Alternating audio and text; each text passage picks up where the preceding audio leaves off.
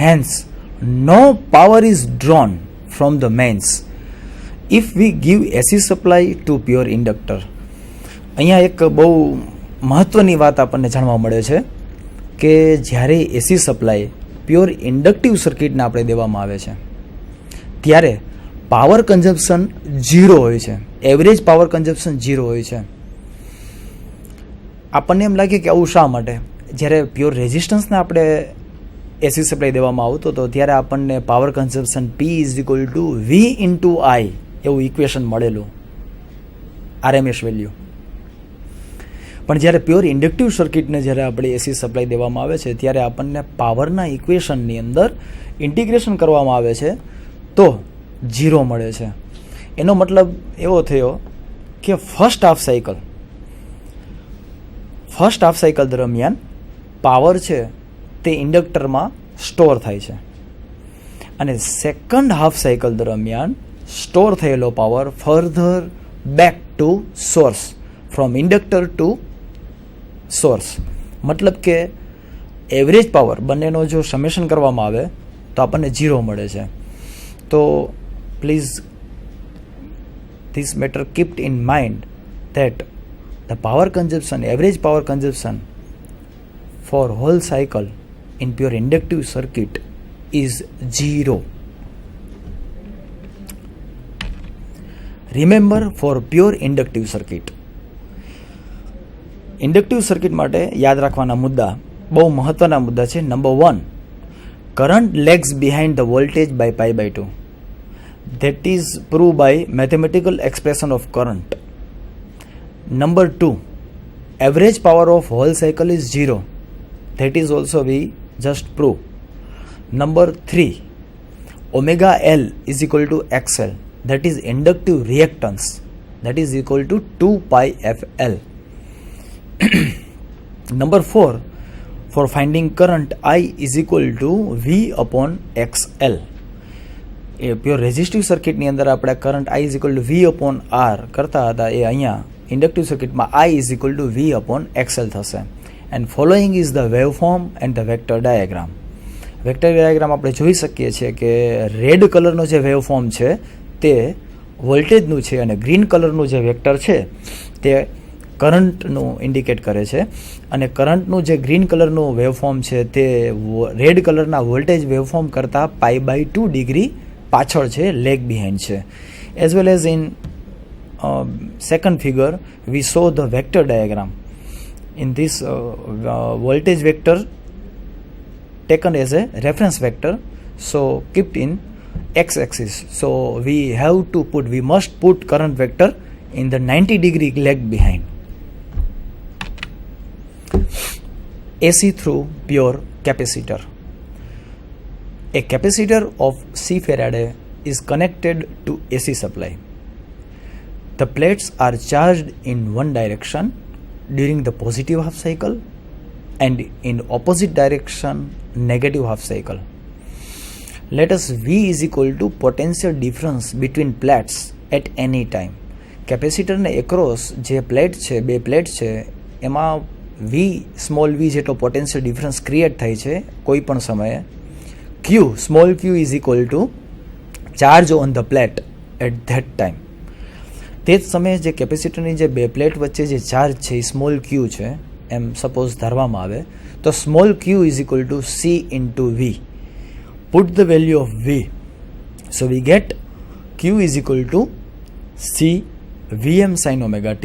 હવે અહીંયા જે Q is equal to C × V જે ઇક્વેશન છે તે ઇલેક્ટ્રોસ્ટેટિક્સ લેસનની અંદર તમે લોકો ભણી ગયા છો. Rate of change of current is current. Rate of flow of charge is nothing but current.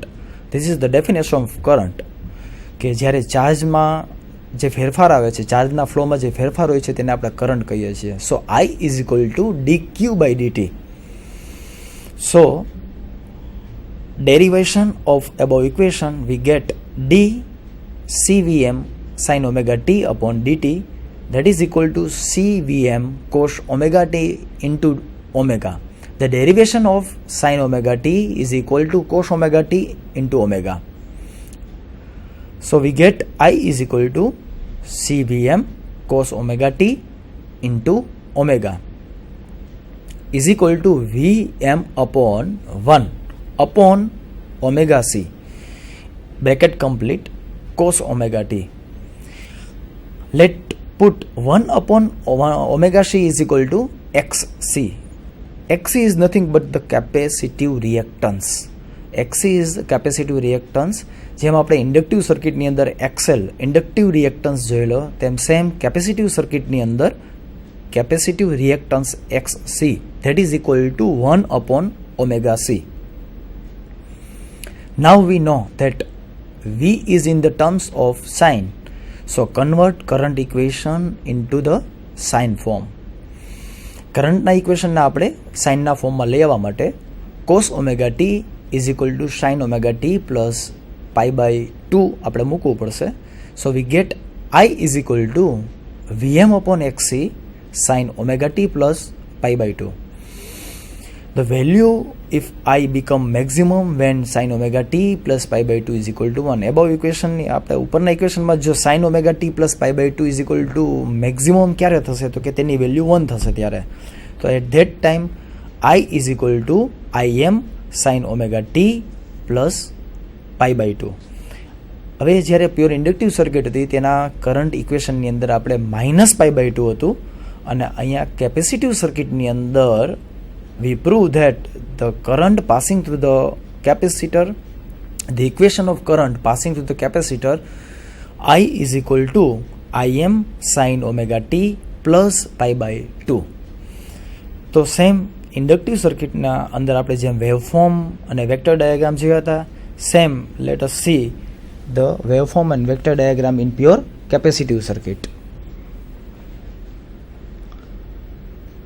Suppose this is AC source, Vm sin omega t, small v is equal to આ છે capacitor છે, C ફેરાડેનું capacitor. અહીંયા બે plate વચ્ચે Q જેટલો charge accurate જમે થશે, positive negative. આમાંથી જે કરંટ આઈ પાસ થાય છે તે કરંટનું ઇક્વેશન આપણે પ્રૂવ કર્યું, I is equal to Im sin omega t plus pi by 2. અહીંયા પ્લસ પાઈ બાય 2 આવે છે, જ્યારે ઇન્ડક્ટિવ સર્કિટમાં આપણે જોયું હતું કે omega t minus pi by 2 આપણે પ્રૂવ કરેલું હતું. કેપેસિટિવ સર્કિટમાં જે કરંટ કેપેસિટરમાંથી પાસ થાય છે તે એને જે સપ્લાય કરવામાં આવેલા જે વોલ્ટેજ છે તેના કરતાં પાઈ બાય 2 ડિગ્રી લીડ છે, આગળ છે.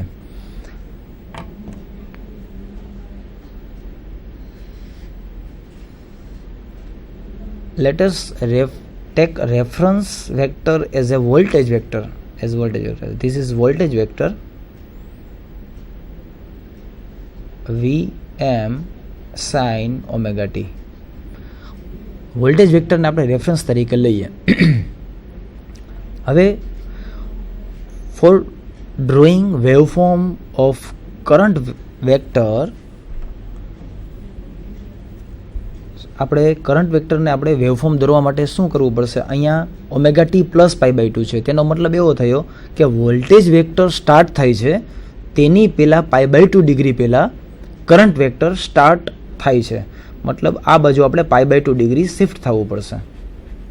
આ પાઈ બાય 2 આ પ્લેસ જે છે ત્યાંથી કરંટ વેક્ટર ચાલુ થઈ જાય છે, સ્ટાર્ટ થાય છે. તો આ જે બંને વચ્ચેનો જે ડિફરન્સ છે, વોલ્ટેજ અને કરંટ વચ્ચેનો જે difference, phase difference, that is pi by 2. અહીંયા આપણે કહી શકીએ કે current lead the voltage by pi by 2 degree. Current lead the voltage by pi by 2 degree. અને વેક્ટર ડાયાગ્રામ માટે સેમ આપણે વેક્ટર ડાયાગ્રામ પણ દોરી શકીએ બહુ ઇઝીલી. વોલ્ટેજ વેક્ટરને આપણે રેફરન્સ તરીકે લઈએ, એક્સ અક્ષ આ વોલ્ટેજ વેક્ટર, અને કરંટ વેક્ટર માટે આપણને ખબર છે કે કરંટ વેક્ટર 90 ડિગ્રી આગળ છે, તો આપણે 90 ડિગ્રી આ બાજુ શિફ્ટ થવું પડશે. that is current. આ 90 ડિગ્રી. તો આ થઈ ગયો આ વેક્ટર ડાયાગ્રામ અને આ છે વેવફોર્મ છે. Just opposite to inductive circuit.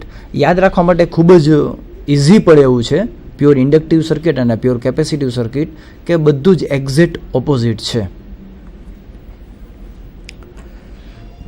Let us see in PPT. Above equation shows that I lead voltage by pi by 2 when AC supply is given to pure capacitor. Following is the waveform and vector diagram. આપણે vector ડાયાગ્રામમાં તમે જોઈ શકો છો કે જે blue કલરનું vector છે તે વોલ્ટેજ છે અને પર્પલ કલરનું જે વેવફોર્મ છે તે કરંટનું વેવફોર્મ ઇન્ડિકેટ કરે છે. વોલ્ટેજના વેક્ટર કરતાં કરંટનું વેક્ટર જે છે તે પાઈ બાય 2 ડિગ્રી લીડ છે, આગળ છે. As well as same in vector diagram, blue vector indicates the voltage vector and purple color vector is indicates the current vector, which is lead 90 degree with respect to voltage. Power, instantaneous power P is equal to VI. P is equal to Vm sin omega t Im sin omega t plus pi by 2. Vm Im sin omega t plus pi by 2 is equal to Vm Im sin omega t cos omega t is equal to Vm Im sin 2 omega t upon 2. Further, the use of equation sin 2 theta is equal to 2 sin theta cos theta. Average power of whole cycle. For finding average cycle, we must do integration having a limit 0 to 2 pi. So we get P is equal to 0 as same as in inductive circuit, pure inductive circuit. Inductive સર્કિટની અંદર જેમ આપણને પાવરની value, average પાવરની value 0 મળતી હતી, એ same as capacitive સર્કિટની અંદર પણ આપણને એવરેજ પાવર છે એ 0 મળે છે. માત્ર ને માત્ર પ્યોર રેઝિસ્ટિવ સર્કિટની અંદર power consumption P is equal to V into I જેટલું થતું હતું, જ્યારે પ્યોર ઇન્ડક્ટિવ અને પ્યોર કેપેસિટિવ સર્કિટની અંદર પાવરનું કન્ઝપ્શન છે તે 0 છે. Because for first half cycle power drawn from source to capacitor, and for another half cycle power transfer from capacitor to source. So the average power consumption is equal to 0. Remember, for pure capacitive circuit, 4 point, just like as inductive circuit. First, current leads the voltage by pi by 2.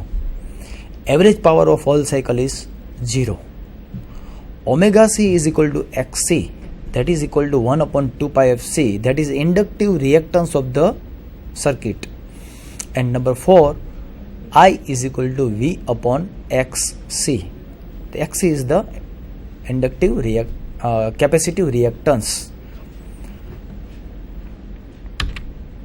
Summary of only resistive, inductive and capacitive circuit. આપણને ફિગરની અંદર resistive circuit, inductive circuit અને capacitive સર્કિટની summary જોવા મળે છે. લોડનો type, circuit, voltage end current waveform end voltage end current vector. આપણે આ એક જ ફિગરની અંદર જોઈ શકીએ છીએ કે રેઝિસ્ટિવ સર્કિટમાં વોલ્ટેજ કરંટ ઇન ફેઝમાં છે, ઇન્ડક્ટિવની અંદર કરંટ છે એ લેગ બિહાઇન્ડ 90 ડિગ્રી છે, અને કેપેસિટિવ સર્કિટમાં current is lead by 90 degree with respect to voltage. RL series circuit. When we connect inductor and resistor in the series, it is called RL series circuit. As shown, we resistance of R ohm and inductor of L Henry are connected in series across V voltage of AC supply. Current I is drawn from the circuit. So voltage drop is occurred in resistance and inductor, which is denoted by VR and VL. અહીંયા આપણને જે circuit ફિગરમાં જોવા મળે છે તેની અંદર તમે જોઈ શકો છો કે વોલ્ટેજ એસી સોર્સ છે એ આપણે રેઝિસ્ટન્સ અને ઇન્ડક્ટરની સિરીઝમાં કનેક્ટ કરી અને તેને એસી સપ્લાય આપવામાં આવેલું છે. ફિગરમાં જોઈ શકાય છે કે રેઝિસ્ટન્સને એક્રોસ જે વોલ્ટેજ ડ્રોપ થાય છે ધેટ ઇઝ VR અને ઇન્ડક્ટરને એક્રોસ જે વોલ્ટેજ ડ્રોપ થાય છે that is VL. VR is equal to I into R, current passing through the resistance, the value of resistance into passing through the current through it, and VL is equal to I into XL, that is inductive drop. VR that is equal to IR and VL that is equal to I into XL respectively.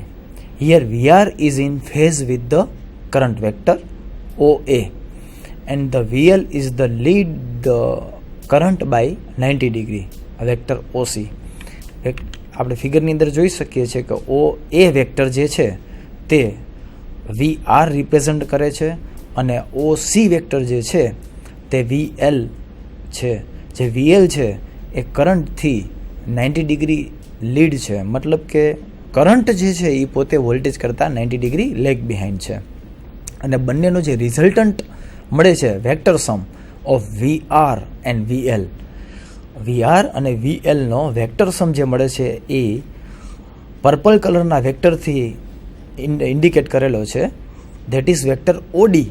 OD is the resultant vector that is a supply voltage and OD is the supply voltage or it may be called the resultant vector of summation of VR and VL. So OD square is equal to OA square plus OC square. OD is the supply voltage, so V square is equal to VR square plus VL square is equal to IR square plus IXL square. So V is equal to I into bracket under root of R square plus XL square. So V upon I is equal to under root of R square plus XL square. That is nothing but the impedance of the circuit. Z is called the impedance of the circuit. V upon I is equal to under root of R square plus XL square, that is impedance. Here one more conclusion we can conclude from this equation. Let us see, Z is equal to